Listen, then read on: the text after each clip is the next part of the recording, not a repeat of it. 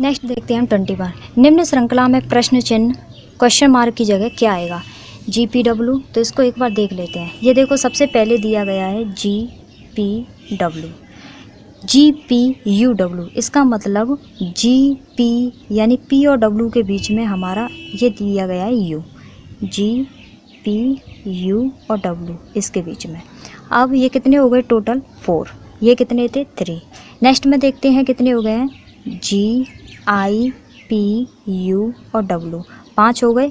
इसका मतलब G और P के बीच में क्या आ गया है? I। ठीक है। अब हम नेक्स्ट देखते हैं कितना है। GIPSUW। इसका मतलब GIPSU और W। अब P और W के बीच में लिया गया है क्योंकि U तो ऑलरेडी था, लेकिन अब P और W के बीच में S आ गया है। इसका मतलब हम G और P के बीच में ले लेंगे। ठीक है। तो G और P के बीच में क्या आ जाएगा हमारा, देख लेते हैं G और P के बीच में क्या आ जाएगा। तो ये देखो GIJK। इसका मतलब C आ जाएगा। C option is right option हो जाएगा। देख लेते हैं एक बार, C option is right option हो जाएगा। चलते हैं 22 पर। 22 है D से L तक अक्षरों को R से Z के अक्षरों से क्रम से बदलकर यदि वर्णमाला को उल्टे क्रम में सजाया जाता है तो नए क्रम में W और E के बीच के अक्षर कौन सा होगा? ये पहले A से Z तक के पूरे हम अल्फ़ाबेट लिख लेंगे। ठीक है। फिर उसने कहा है D से L तक के अक्षरों को हमें वापस यानी पीछे की तरफ ले जाना है। इसको देख लेते हैं। ठीक है। ये रहा ABCD पूरी Z तक लिख ली है। उसके बाद में ABC ऐसे कैसे है, लेकिन उसने कहा है कि D से लेकर के L तक के चेंज करने हैं, यानी हमने यहाँ से D से लेकर के L तक का ले लिया है, उल्टा कर दिया है। उसके बाद में उसने क्या कहा है, नेक्स्ट देख लेते हैं। उसने कहा है R से Z तक के सभी अक्षरों को उल्टा करना है। तो R से Z तक के सभी अक्षरों को उसने उल्टा कर लिया है, यानी R से यहाँ से लेकर के Z तक के अक्षरों को क्या कर लिया, उल्टा। अब स्थान बदलने पर क्या आएगा? W और E के बीच, W और अक्षर E, W और E, ये देखो। ठीक है। W और E के ठीक मध्य में कौन सा आएगा? तो W है, ये E है। तो 1 2 3 4 5 6 7 8 9। इसका मतलब कितना आ रहा है? 9 हो रहे हैं टोटल। तो टोटल में कौन सा आंसर, मतलब अब देख लेते हैं कि 9 वाले में कौन सा ऑप्शन हो जाएगा, बीच में कौन सा आ रहा है। तो इधर से देख लेते हैं। ये देखो टोटल 1 2 3 4 5, ये हो गया 1 2 3 4 5 हो गया। बीच में क्या आ गया? N। इसका मतलब राइट ऑप्शन कितना हो जाएगा? B option is right option हो जाएगा। नेक्स्ट हम चलते हैं। निम्न जानकारी को समझो और निम्न प्रश्नों के उत्तर दीजिए। एक निश्चित कूट में 0 के लिए इसको @1 के लिए इसको चिन्ह है। 1 से बड़ी संख्याओं के लिए कोई चिन्ह नहीं है। 1 से बड़ी संख्याओं के लिए ऊपर दिए गए 2 चिन्हों का ही प्रयोग करना है। चिन्ह 1 का मूल्य बाईं ओर एक पद खिसकने से 2 गुना हो जाता है। तो निम्न उदाहरणों का अध्ययन कीजिए। तो कौन सा आंसर हमारा इसका राइट हो जाएगा, देख लेते हैं हम एक बार कौन सा चल रहा है हमारा। तो कौन सा आंसर राइट हो जाएगा, देखते हैं। तो कौन सा आंसर राइट हो जाएगा इसका? 23। 11 को क्या दर्शाता है? तो 11 को हमारा A option is right option हो जाएगा। 24 पर चलते हैं।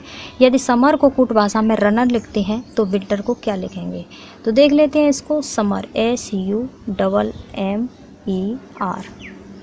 क्या लिखा है उसने? रनर। तो इसका मतलब R, ये इसमें से -1 किया है। ठीक है। U को सेम ऐसे लिख दिया है। अब है M से N आया है, इसका मतलब उसने प्लस का 1 किया है। ठीक है। फिर N, इसका मतलब उसने फिर से प्लस की 1 किया है, यानी N हो गया। ठीक है। अब उसने कहा है ER को सेम लिखा है, उसने कोई चेंजिंग नहीं की है, ER। ठीक है, हो गया। अब हम देखते हैं विंटर को क्या लिखा जाएगा। तो विंटर को देख लेते हैं WINTER। इसका मतलब हमारा सबसे पहले क्या था? 1 माइनस हुआ था। तो 1 माइनस हुआ था, तो इसका मतलब क्या आता है? UVW, है ना। तो इसका मतलब V। अब उसने I को सेम ऐसी की ऐसे लिखा था, तो हमने I को ऐसी की ऐसे लिख लिया। अब N से उसने क्या किया था? MN, यानी एक बढ़ाया था, तो हम बढ़ा लेते हैं N से क्या आ गया? एक बढ़ के क्या आ गया? O। ठीक है। अब उसने फिर दोबारा एक बढ़ाया था T से क्या आ गया? STU। ठीक है। अब उसने ER को क्या लिखा था? कुछ नहीं किया था, सेम ऐसी की ऐसे किया था। देख लेते हैं। तो B option is right option हो जाएगा। चलते हैं 25 पर। एक निश्चित कूट में BELIEF को AFKKDI लिखते हैं, उसी कूट में SELDOM को कैसे लिखा जाएगा। तो 25 का क्वेश्चन हम देख लेते हैं। बिलीफ को AFKKDI लिखते हैं। तो सबसे पहले उसने क्या किया है, बी से 1 कम हो रहा है, यानी देख लेते हैं B, फिर किया है E, फिर किया है L, फिर I, फिर E और फिर F। ठीक है, अब उसने क्या किया, B से A आया है यानी 1 माइनस किया है, तभी तो A आया है। ठीक है, अब हम देख लें E यानी उसने +1 किया है, इसका मतलब क्या आ गया उसका F। अब क्या किया है L, ठीक है, L से उसने क्या किया है L यानी -1 किया है, तो इसका मतलब क्या आ गया K। अब उसने क्या किया है, अब फिर नेक्स्ट पर देखते हैं उसने क्या किया है I से क्या किया है, I से JK यानी +2 किए हैं, तभी तो उसका आया है K। ठीक है, अब E से क्या किया है, उसने 1 माइनस किया है, तभी तो आया है D। अब F से उसने क्या किया है, फिर आगे बढ़ाया है I पर आने के लिए +3, इसका मतलब क्या आ गया I। तो इसी तरीके से हम इसको देख लेते हैं S से 1 कम किया है, यानी S से 1 कम किया है तो क्या आ गया R। तो R हमारा ये 3 ऑप्शन है। नेक्स्ट हम आगे देखते हैं क्या होता है। अब उसने क्या किया है, सेकंड वाले में प्लस किया है, तो इसका मतलब हमारा E से क्या आता है, E से F, तो इसका मतलब ये रॉन्ग हो गया, ये और ये बचे। ठीक है, B और C बचे। अब नेक्स्ट उसने किया है -1 यानी 1 कम किया है, तो L से कम कर दो, क्या हो गया K, यानी दोनों बराबर आ रहा है, ये तो सही है। अभी चलते हैं अब D पर उसने क्या किया है, D वाले पर यानी हम आते हैं D पर क्या, यहाँ क्या किया है उसने +2 किए हैं। ठीक है, तो 1 ऐड किया है, तो हम D पर आगे कर लेते हैं DEF, इसका मतलब F आ गया, तो ये वाला सही हो गया, यानी C option is right option हो गया C। नेक्स्ट हम चलते हैं 26 पर। 26 क्या कहता है कि अध्यापक का कौन सा सामाजिक गुण उसके सम्मान में वृद्धि करता है। विद्यार्थियों के लिए शिविर का आयोजन कौन सा करता है, देख लेते हैं। D option is right option है। चलते हैं 27। यदि X Y के बेटे का भाई है तो X का Y से क्या नाता है। यदि X Y के बेटे का, यानी हम यहाँ मान लेते हैं Y, तो ये हो गया X। यदि जो X है वो Y के बेटे का, X Y के बेटे का भाई है, यानी जो X है वो Y का बेटा है, इसका मतलब ये क्या हो गया, इसका बेटा। तो X का Y से क्या नाता है, X का Y से क्या नाता है, तो ये क्या हो गया, इसका बेटा। ठीक है, तो इसका क्या संबंध है, यदि X Y के बेटे का भाई है, जो X है वो Y का बेटा ये हो गया, बेटे का ये क्या है, भाई है, ये क्या हो गए, दोनों भाई हो गए। तो X का Y से क्या संबंधित है, जब भाई ये दोनों भाई हैं तो क्या संबंध हो गया इनका, इसके साथ में इसका बेटा हो गया, Y का क्या हो गया, बेटा हो गया ना, ये इसका पिता हो गया, तो ये क्या हो गया, बेटा, यानी D option is right option. 27 हो गया। चलते हैं 29 पर। निम्न में से हर प्रश्न में 3 वस्तुओं को दिया गया, उन वस्तुओं के बीच के संबंधों का उपयोग कर हर प्रश्न को अत्यंत उपयुक्त तारीख से जोड़िए। चिकित्सक, दंत चिकित्सक, बंदर। ठीक है, देखते हैं। तो चिकित्सक, सबसे पहले हम देखते हैं कि हमारे क्या आता है, चिकित्सक होता है। अब चिकित्सक जो होता है उसी के अंदर ही हमारा डॉक्टर होता है, डॉक्टर ही तो बैठते हैं उनके अंदर, जैसे अंडर में काम करते हैं दंत चिकित्सक। अब सबसे बड़ा चिकित्सक होता है, उसके बीच में आता है दंत चिकित्सक, यानी ये हो गया दंत चिकित्सक, ये हो गया चिकित्सक। अब बंदर का तो इससे कोई कॉन्टैक्ट नहीं है, तो ये क्या हो गया, इससे अलग हो गया, इसका मतलब हमारा D option is right option हो जाएगा, D। नेक्स्ट हम चलते हैं 29। त्रिकोण, विषमबाहु, त्रिकोण, समकोण, इसमें से कौन सा आंसर राइट हो जाएगा, तो देख लेते हैं एक बार। त्रिकोण यानी सबसे पहले हमारा क्या आता है, त्रिकोण। सबसे पहले क्या आता है हमारा, त्रिकोण। अब त्रिकोण के अंतर्गत ही क्या आते हैं हमारे, विषमबाहु कोण और समबाहु कोण। ठीक है, विषमबाहु कोण आते हैं और समबाहु कोण आते हैं, तो इसका मतलब कौन सा आंसर राइट हो जाएगा, C ऑप्शन इस राइट ऑप्शन हो जाएगा। ठीक है, चलते हैं हम 29 हो गया 29। अब चलते हैं 30 पर। रीना सुनीता से आयु में 2 गुनी है। ठीक है, जो रीना है वो सुनीता से कितनी है, तो मान लेते हैं सुनीता X है, तो रीना इससे कितनी हो गई, 2X हो गई। 3 साल पहले, इसका मतलब ये X - 3 हो गया, और ये कितनी हो गई, 2X - 3 हो गई। सुनीता से 3 गुनी थी, इसका मतलब ये कितनी थी, तो इसमें 3 गुनी थी। अब रीना कितने साल बड़ी है, तो जी इक्वल टू इतने, तो x की वैल्यू हम यहाँ से निकालेंगे, कितनी आ जाएगी 6। 2 गुनी का पूछा है, यानी किसका पूछा है उसने, रीना का पूछा, रीना 2 गुनी थी, तो 2 × 6 इज इक्वल टू कितना आ गया 12, यानी D option is right option. Next हम चलते हैं 31 पर। निम्न आरेख को सही तरह से समझो। तो इसने कहा है अंग्रेजी, हिंदी और गणित विषयों की परीक्षा के लिए 500 प्रत्याशी हाजिर हुए, कम से कम 2 विषयों में फेल होने वाले विद्यार्थियों का प्रतिशत ज्ञात कीजिए। तो देख लेते हैं 2 विषयों में कैसे हुए थे। तो देखो सबसे पहले हम देख लेते हैं हिंदी और अंग्रेजी में कितने हुए थे, टोटल कितने हुए थे, 10 हुए थे। हिंदी और अंग्रेजी में 10 हुए हैं, ये हिंदी में हुए हैं और इंग्लिश में हुए हैं, ठीक है। अब उसने कहा है अब जो 12 हुए हैं वो किस किस में हुए हैं, 12 वो हुए हैं मैथ में और अंग्रेजी में, यानी मैथ में और इंग्लिश में, ठीक है। उसके बाद में अब ये 12 हुए हैं वो किस में हुए हैं, वो हुए हैं हिंदी में और मैथ में। अब टोटल कितने हुए, जो 5 हुए हैं वो कितने में हुए हैं, हिंदी में हुए हैं, इंग्लिश में हुए हैं और मैथ में भी हुए हैं, ठीक है। अब टोटल अब 10 और ये 12 और ये कितने हो गए 5, कितने दिए गए हैं हमारे, टोटल मार्क्स कितने हो गया, कितना हो गया 39, लेकिन कितने में से दिया गया है 15, यानी 500 से। तो वैल्यू निकालेंगे हम, एक्स की वैल्यू निकालेंगे तो कितना हो गया 39/500 × 100, यानी 7.8 आंसर आ जाएगा। इसका आंसर कौन सा राइट हो जाएगा, D option is right option हो जाएगा।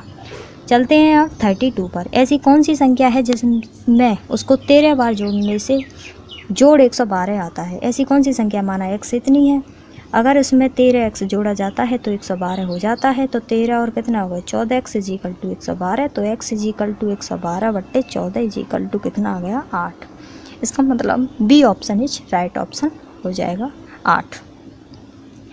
चलते हैं हम 33 पर। 33 क्वेश्चन क्या कहता है,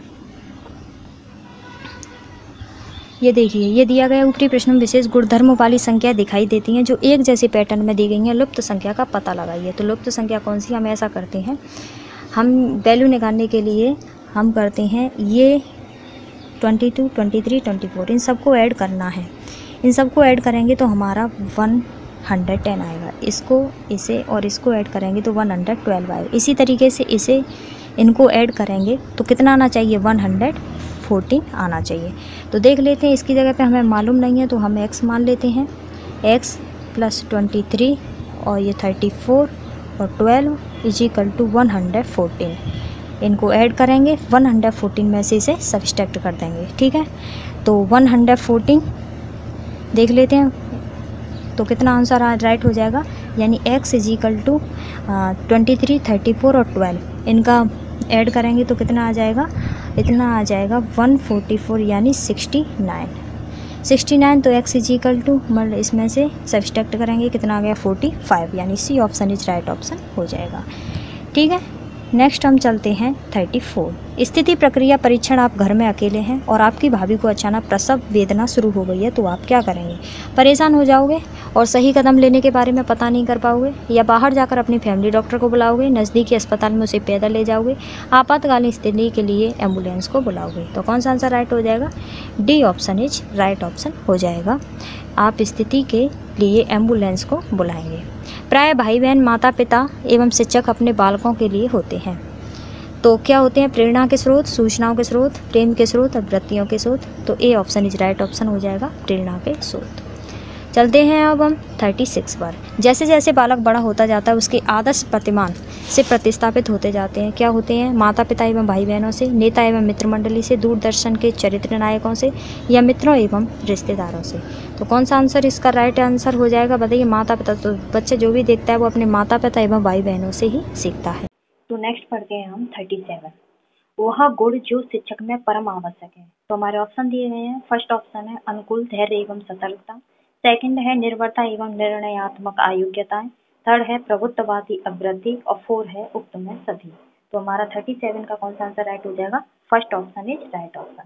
चलते हैं हम 38 पर। 2 + 2 का स्क्वायर + 2 की पावर 3 + ... 2 की power 9 is equal to x।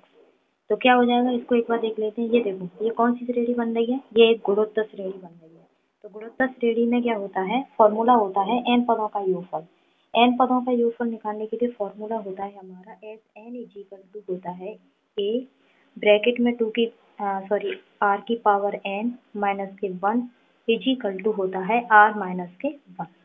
तो S N is equal to निकालेंगे तो ए की पावर कितनी दी गई है 2। अब मान लेंगे आर की वैल्यू कितनी दी गई है 9, एन की वैल्यू टोटल कितनी पूछी है 9 माइनस के 1 अपॉन कितनी हो जाएगी 2 माइनस 1। तो कर लेंगे हम 2 इंटू 2 की पावर 9 हो जाएंगे 512, 512 में से की तो कितनी बचेगी 511। इसका मल्टीप्लाई करेंगे तो आ जाएगा 1022, यानी second option is right option हो जाएगा। नेक्स्ट चलते हैं हम 38 पर। 38 क्या कहते 39 पर। दो संख्याओं का गुणनफल 1320 है और उनका एचसीएफ 6 है, तो उन संख्याओं का एलसीएम कितना होगा। देखो फॉर्मूला होता है LCM into HCF is equal to दोनों संख्याओं का गुणनफल, यानी दोनों संख्याओं का गुणा। तो दो संख्याओं का गुणनफल दिया गया है हमारा 1320, उनका एचसीएफ दिया गया है कितना दिया गया है 6, एलसीएम निकालना है। तो एलसीएम निकालने के लिए हम क्या करेंगे 1320 में 6 से क्या कर देंगे डिवाइड कर देंगे। कितनी बार जाएगा हमारा डिवाइड 220 बार, यानी A option is right option हो जाएगा। चलते हैं 40 पर। विषम को पहचानिए। अब इसमें से विषम कौन सा है देख लेते हैं। ये 3 है, 2 का डिफरेंट है, फिर उसके बाद में 5 यानी 3 से क्या गया 2, फिर 5 से गया है तो ये कितने का डिफरेंट है 4, फिर कितने का है 9 से गए तो 2, इसका मतलब सिर्फ कितने का होगा 5 का, यानी अब कितने का दिया गया है 3 का, लेकिन कितने का होना चाहिए 4 का, फिर कितने का है 2 का, फिर कितने का है 4 का। इसका मतलब ये रॉन्ग आंसर है, तो यहाँ पर कितना होगा 15 होगा, तो ये आंसर रॉन्ग है। तो ये क्या है आंसर हो जाएगा हमारा C option is right option. चलते हैं हम 41 पर। 41 क्या कहता है कि विषम का चयन कीजिए। विषम संख्या ये देखो इससे पहचान पड़ रही है कि 1 का स्क्वायर, 2 का स्क्वायर, 3 का स्क्वायर, 4 का स्क्वायर, 5 का स्क्वायर कितना होता है 25, 6 का स्क्वायर और 7 का स्क्वायर। इसका मतलब ये आंसर हमारा क्या है रॉन्ग है, यानी C option is right option हो जाएगा। 42 पर चलते हैं कि ये दिया गया है मांग आपूर्ति। यदि मांग आपूर्ति को कहा जाता है तो स्वीकार करना स्वीकार होता है, देना का लेना होता है, मांगना का आपूर्ति करना होता है, या श्रम या पूंजी होती है। तो इसका हमारा C option is right option हो जाएगा। चलते हैं 43 पर। नियुक्ति योग्यता होती है, तो इसका मतलब इसका आंसर कितना होगा। तो 43 का कौन सा आंसर राइट हो जाएगा हमारा C option is right option हो जाएगा, तरक्की और खूबी। चलते हैं 44 पर। 44 में दिया गया है कि 25 को हम रेशियो 125, रेशियो 36, रेशियो ये कितना होगा। तो देखो इसे हम लिख लेते हैं, ये हो जाएगा हमारा 5 का स्क्वायर रेशियो 5 की पावर 3। अब ये कितने का है 6 का स्क्वायर, तो इसका मतलब 6 की क्यूब हो जाएगी, और 6 का क्यूब कितना होता है 216। इसका मतलब C option is right option हो जाएगा। चलते हैं हम 45 पर चलते हैं। 45 पर 500 दिया गया, 464 दिया गया है, और 4 रेशियो 80 दिया गया है, तो 3 रेशियो इसको मान लेते हैं x। ये कितना होगा तो हम इसे कर लेते हैं 5/100 इज इक्वल टू, यानी रेशियो 4/64 रेशियो 4/80 और इसे लेंगे रेशियो 3/x। तो इसका मतलब हम क्या करेंगे कि 5/100 इंटू 3/x लिख लेंगे, यानी इन दोनों का मल्टीप्लाई और इन दोनों का मल्टीप्लाई। 4/64 इंटू 4/80, यहाँ से हम x की वैल्यू निकाल लेंगे, तो निकाल लेना आप लोग देख लेना। तो 44 इसका आंसर कितना आ जाएगा हमारा 48 आ जाएगा। B option is right option हो जाएगा। चलते हैं 46 पर। 46 में यदि आपके विद्यार्थी पढ़ाई में रुचि नहीं लेते हैं तो आप क्या करेंगे। तो आप क्या करेंगे अपने अध्यापन में रुचि लेंगे या अध्यापक को अधिक रुचिकर बनाएंगे, आप बुद्धिमान विद्यार्थियों को उदाहरण देंगे, या आप रुचि न होने के कारण जानने की कोशिश करेंगे। तो 46 का D option is right option हो जाएगा। चलते हैं 47 पर। यदि कोई अध्यापक स्कूल के किसी समारोह में समय पर नहीं आता है तो प्रधानाचार्य होने के नाते आप क्या करेंगे। तो आप क्या करेंगे 47 का कौन सा आंसर राइट हो जाएगा, D option is right option हो जाएगा। तो चलते हैं आप 48 पर। 48 क्वेश्चन क्या कहता है कि 48 में दिया गया है कि x, इसको मान लेते हैं हम x/50 into x/135 is equal to 1। तो x का square is equal to 15 into 135। हम क्या करेंगे कि x इज इक्वल टू इसका निकाल लेंगे 3 इंटू 5 इंटू इसका हो जाएगा 3 into 3 into 3 is equal to 5, है ना। तो इसका मल्टीप्लाई अगर हम निकालेंगे तो ये देखो ये और ये जोड़ा बन गया, 5 और 5 का जोड़ा बन गया, तो 5 3 यानी इसका आंसर हो जाएगा D option is right option हो जाएगा। ये 45 का क्या हो जाएगा स्क्वायर हो जाएगा।